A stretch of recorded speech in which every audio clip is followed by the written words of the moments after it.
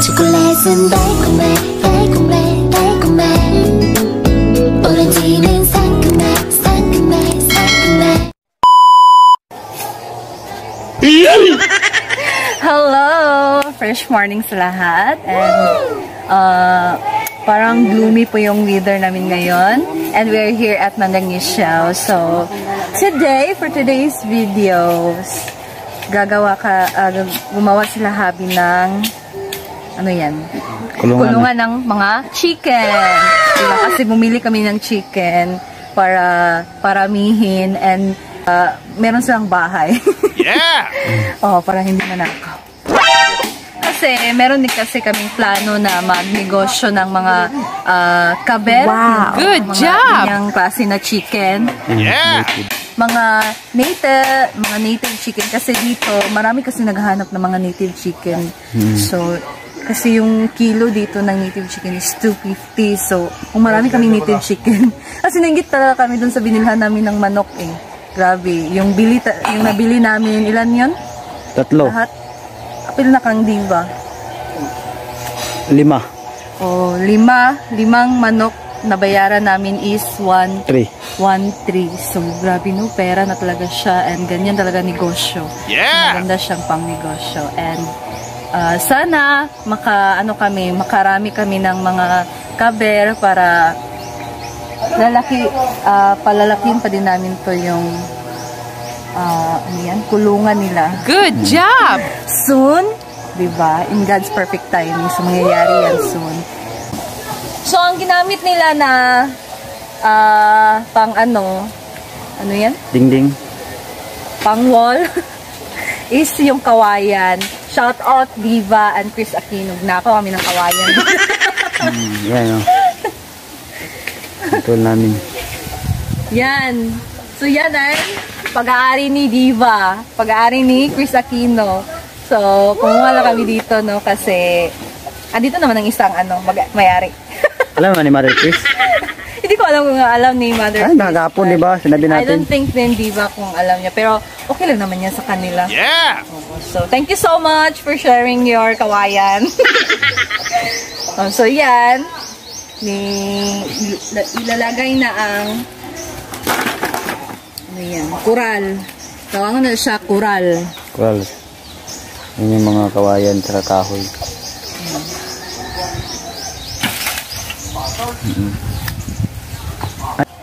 And ngayon is itong gasto din ito is galing to dun sa binigay ni Sir Ray and Ma'am Offie. So, yung binigay nila ni Ma'am Offie na pang birthday gift niya kay hubby. So, kinuna namin yon pang bili ng pizza. Oo, tapos kinunan pambayad ng motor. So, sinave na muna namin yon. And binili namin na chicken. So, yan. Tapos yung binigay ni Sir Ray, ito po yung pinagasto namin. Kasi baka manako yung manok namin kasi andyan lang sa tabi-tabi. So, nag-chat kahapon yung namin, yung handle sa YouTube para sa yung pag-process ng ko sa bank account. So, siya bad timing kasi nagamit namin yung pera and kailangan ko na palang kumuha ng bank account. So, ngayon, nag-asa ko kay Ate Lai kung magkano yung Diva, kung magkano yung magkano yung gasto pangkuha ng bank account. So, siguro gasto kami ng 3 to 4. Kasama na dyan siguro, or 5. Kasama na siguro dyan yung panggasto namin papunta doon sa city. Tapos pagbalik namin, kasi kailangan pang hintayin yung card bago makuha, mga ilang weeks pa siguro yan. So, babalik pa kami doon. So, pag-process, gagasto kami, pambayad, and pagbalik namin kasi kailangan kukunin yung card. So, and it's a bad timing kasi nagasto namin yung pera. So, mag-iipon lang siguro kami muna. So, never mind. Yun lang guys. And mamaya, ipapakita namin kung paano namin ipasok ng manok. Itong itsura nito, diba? So, stay tuned guys.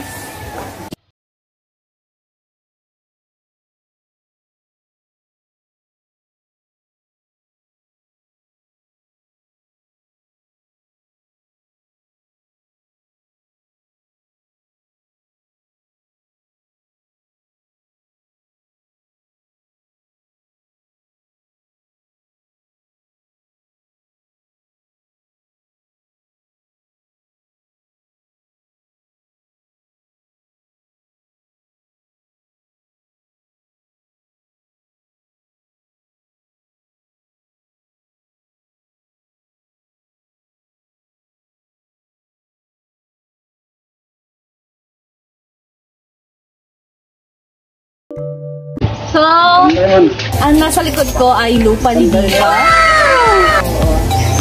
Yan, sa kanya yung kawayan. So, mag-tour muna tayo ulit dito sa kanyang lupa kasi na-miss ko din itong mag-tour. Yeah! Kasi nandito kami pero hindi kami pumupunta doon sa ibabaw. Diyan lang kami sa ibaba.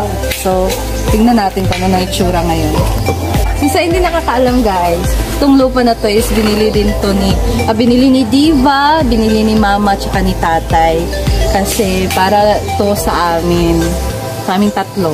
Or sa aming dalawa siguro kasi si Diva siya natitira doon sa bahay niya. So, diba, ang aming kawayan. May isa pang, meron na ba itong bunga? Meron. Kasi kinuna namin to noon eh. Itong lobby, hello. Na. Kain tayo ng butong. Kain tayo ng butong. Kuha ka butong? Yung gasto. So, wow. Yan, sa kanya din yan, Diva, ang kawayan. So, meron pang kawayan, no? Dako na ang lobby. Dako na gali. Dili mi no, apil man eh. Ay, apil. Ito ng lubi. So, dito kami kumukuha ng bamboo shoot or dabong. Kaso ngayon wala. Naghanap talaga kami, nag-crave kami.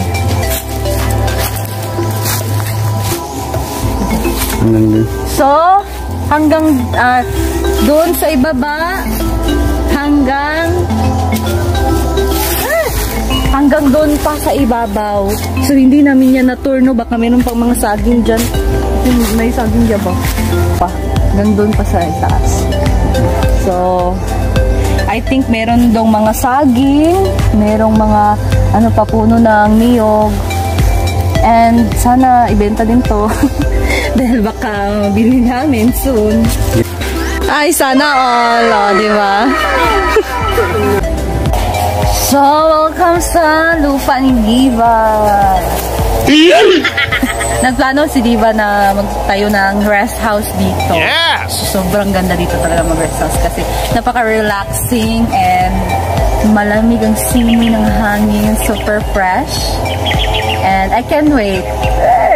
Kasi uunahin pa ni Diva yung project niya sa bahay. Tapusin talaga yung bahay doon.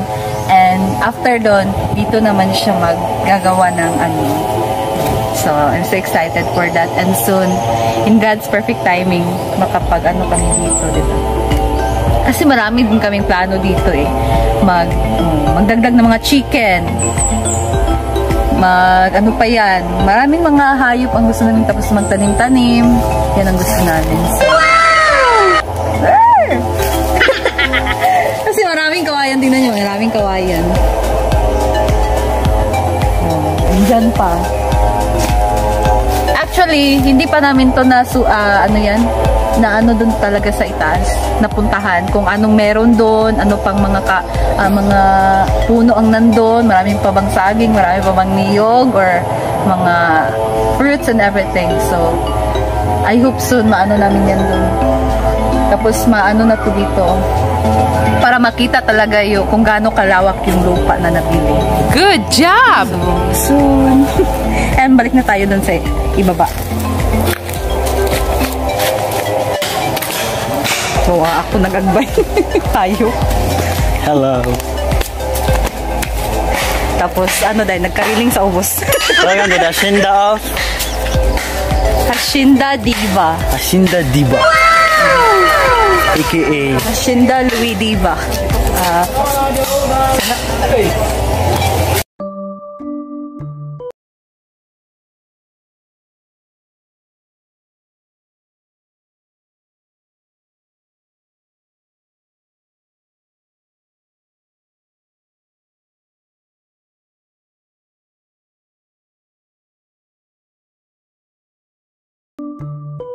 A few moments later. So, we're here na at the house kina Mama. So, tapos na din yung niya, pinagawang kulungan ng So ayun guys, good thing kasi may na yung mga manok, may kulungan na. Meron kasing pusa doon na kumakain ng anak ng sisiw. Sisiw, diba? Kasi meron kami mga sisiw eh.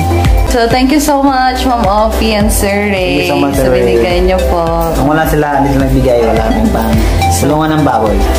Uy, baboy. Manok pala. Diba yan? Oo. So, pwede na kaming, pwede namin paramihin yung mga native chicken namin and makapagbenta din kami. So, pwede na siya maging business. So, that's all for today, guys. And it's gabi na po ay magluto ako ng dinner. Wow. So, thank you so much for watching. And that's all muna for today. Thank you for watching my vlog. And see you to my next vlog. Thank you. God is good all the time. All the time. God is good. Bye. Bye.